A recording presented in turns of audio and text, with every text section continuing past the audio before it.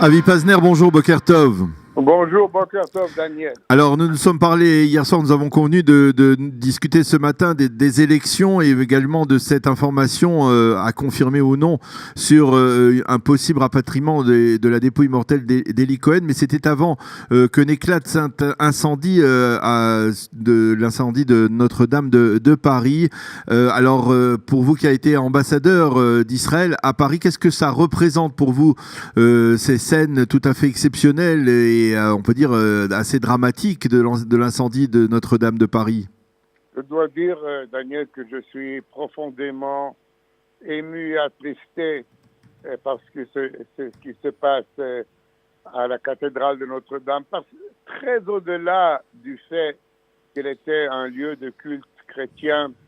C'était vraiment l'un des symboles de Paris, comme la Tour Eiffel ou l'Arc de Triomphe. C'est peut-être là les trois symboles de Paris. C'est extrêmement important. Vous savez que, par exemple, quand De Gaulle, à la libération de Paris, quand il est allé aux Champs-Élysées, après, il est allé faire un Te Deum spécial à Notre-Dame de Paris, justement. C'est l'endroit où plusieurs rois de France ont été enterrés. C'est l'endroit où a été sacré Napoléon. C'est-à-dire que c'est beaucoup plus qu'un endroit religieux. C'est un vrai monument historique qui date de 900 ans, qui a pris 200 ans à construire et qui était menacé par des révolutions, par des convulsions. Enfin, c'est toute une page de l'histoire de Paris, et je dirais même plus, une page de l'histoire d'Europe qui a brûlé hier. Et je suis d'un côté vraiment attristé, de l'autre j'ai de l'espoir, car la cathédrale ne s'est pas écroulée et qu'avec de gros travaux évidemment elle pourra être refaite. Ça va prendre des ans. J'espère que nous verrons la fin de ces travaux, mais en tout cas c'est un drame, pas seulement pour la France et pas seulement pour l'Église catholique, mais pour le monde entier.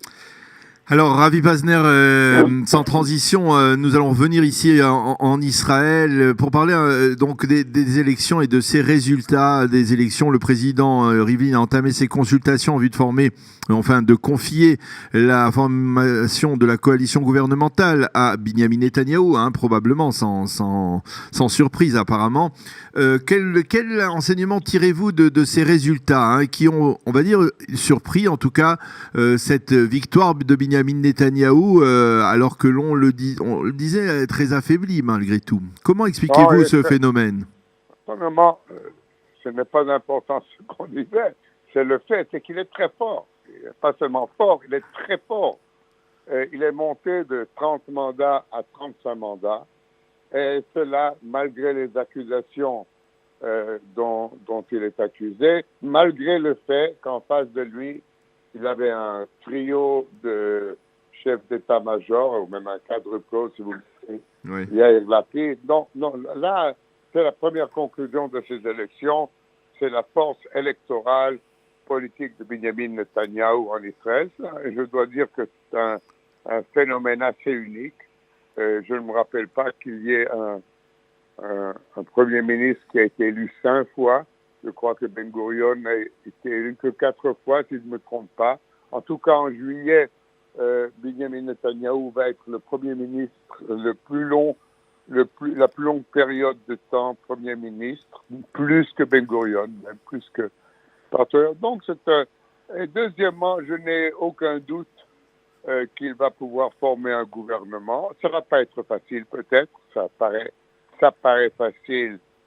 Cela n'est peut-être pas aussi facile qu'on le croit, parce que tous ces partis avec lesquels il veut former un gouvernement ont des demandes, des fois même ultimatives à propos de certaines valeurs, par exemple les partis religieux, oui. Ou bien vous avez Lieberman qui a déjà dit exactement ça. Ça va pas être facile, mais en fin de compte, je crois qu'il va former un gouvernement et j'espère qu'il va le former dans les 28 jours qui lui sont donné pour faire ça.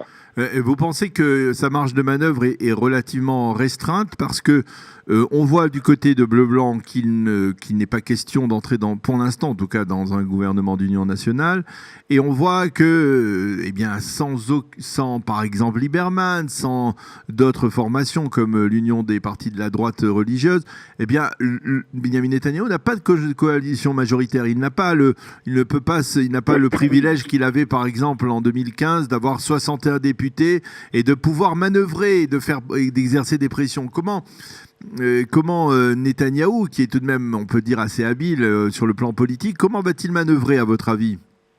Bien, écoutez, il va premièrement laisser se refroidir un peu les esprits. Il a demandé à ce que tous les partis lui proposent leurs demandes jusqu'à Pessah.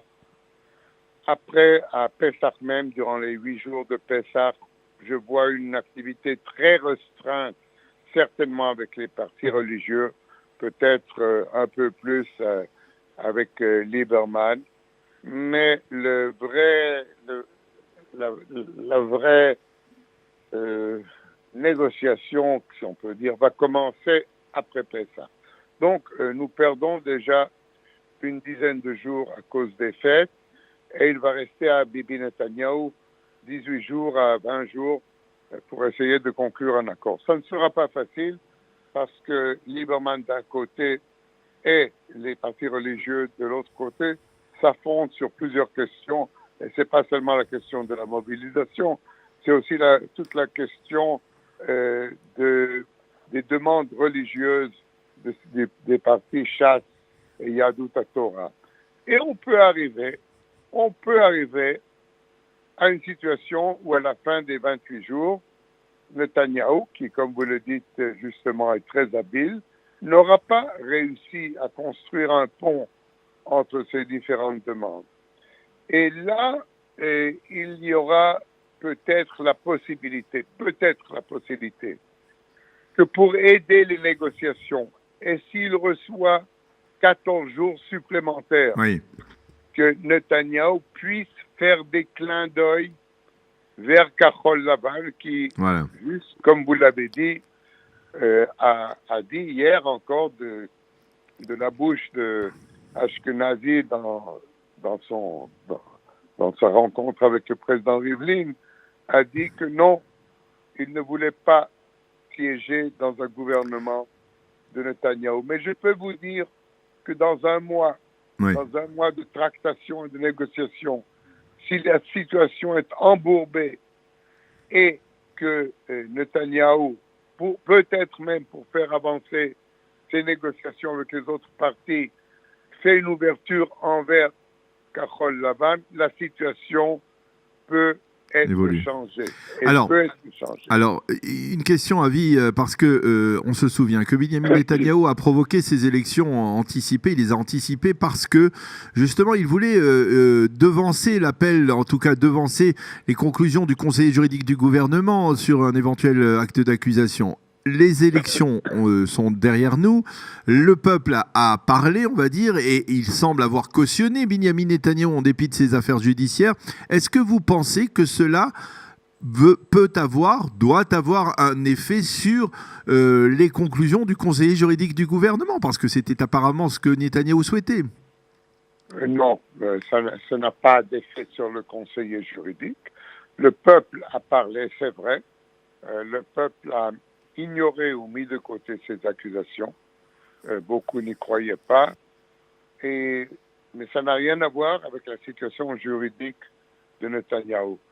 Le conseiller juridique doit poursuivre sa voie et il va y avoir en juillet ou peut-être plus tard, il va y avoir je ne sais pas comment on dit ça en français. Une audition. Voilà. Une audition. Je crois qu'elle sera renvoyée de juillet peut-être à fin septembre, août. Oui. à août, septembre, avant les fêtes. Il va y avoir audition. Et après l'audition, ce sera là le moment où le conseiller juridique devra décider si oui ou non il met les charges de Netanyahou, il maintient les charges contre Netanyahou.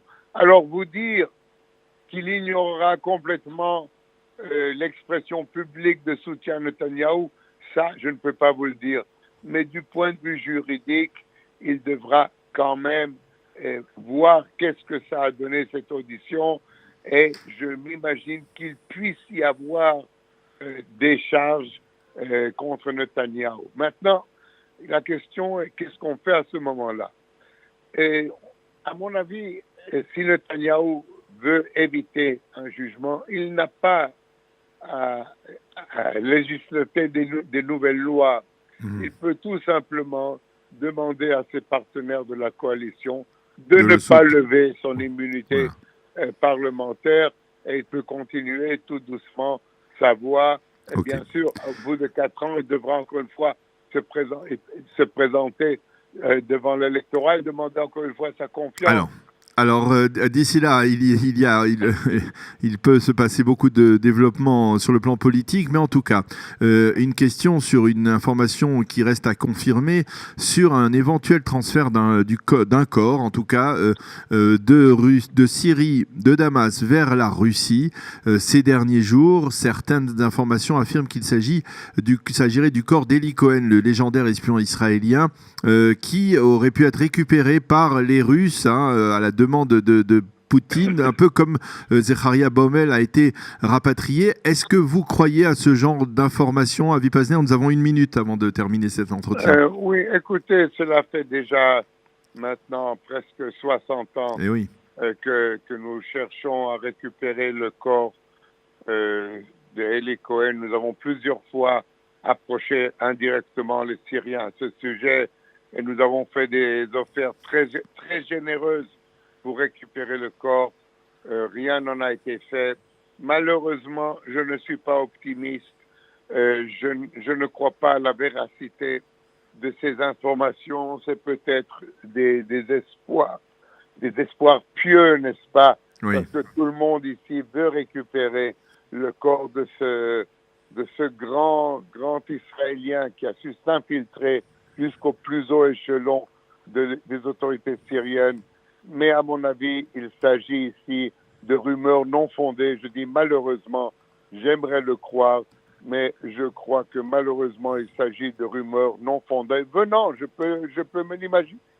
Comment? Venant justement après que le corps de Zecharia Baumel ait été retourné en Israël. Vous dites que ça a donné des idées, en fait. Ça a donné des idées, ça a donné place à des rumeurs, et malheureusement, je crois que c'est une rumeur non fondée.